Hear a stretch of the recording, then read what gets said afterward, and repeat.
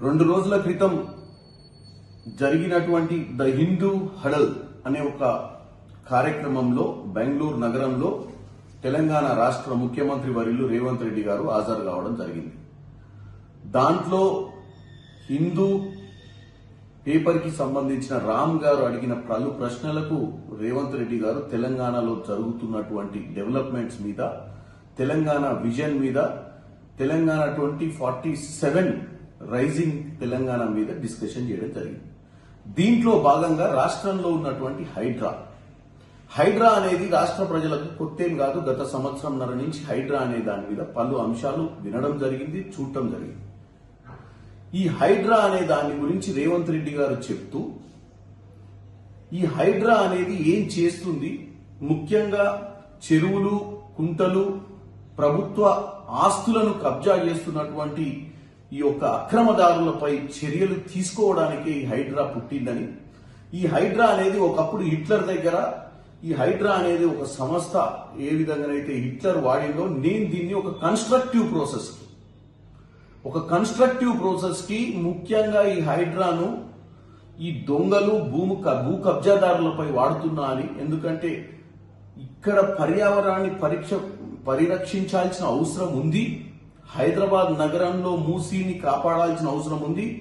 హైదరాబాద్ నగరాన్ని ముంపుకు గురి కాకుండా కాపాడాల్సిన అవసరం ఉంది.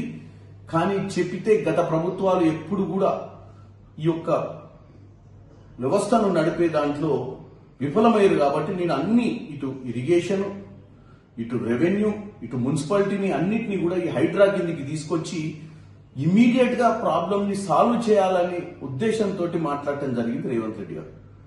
బీఆర్ఎస్ బీజేపీ పార్టీలు హిట్లర్ ని సమర్థించిండని, హిట్లర్ తో పోల్చుకుండని రాజకీయ దుమారం లేపే ప్రయత్నం చేస్తున్నారు.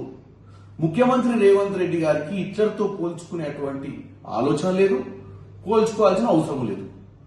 ప్రజాస్వామ్య బద్దంలో 10 సంవత్సరాల తర్వాత తెలంగాణ ప్రజలకు జరిగిన అన్యాయాన్ని, తెచ్చుకున్న తెలంగాణలో జరుగుతున్న దోపిడిని దృష్టిలో పెట్టుకుని రేవంత్ రెడ్డి గారిని, కాంగ్రెస్ పార్టీని అధికారంలోకి తీసుకొచ్చారు. రేవంత్ రెడ్డి గారి బాధ్యత ఎట్టి పరిస్థితుల్లో ఇచ్చిన అధికారంలో ఇచ్చిన హామీలే కాకుండా ఈ హైదరాబాద్ నగరాన్ని కూడా సంరక్షించాలి.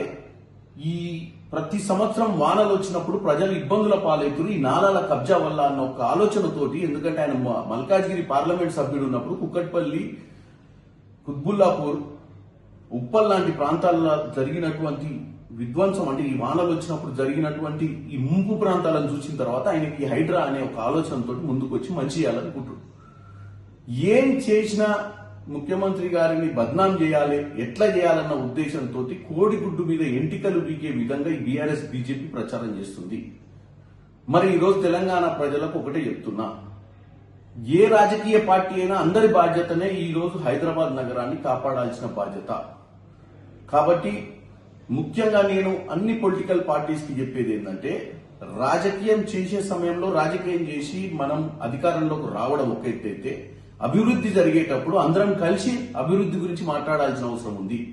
హైడ్రా కూడా అదే విధంగా హైడ్రాను సమర్థించాలి.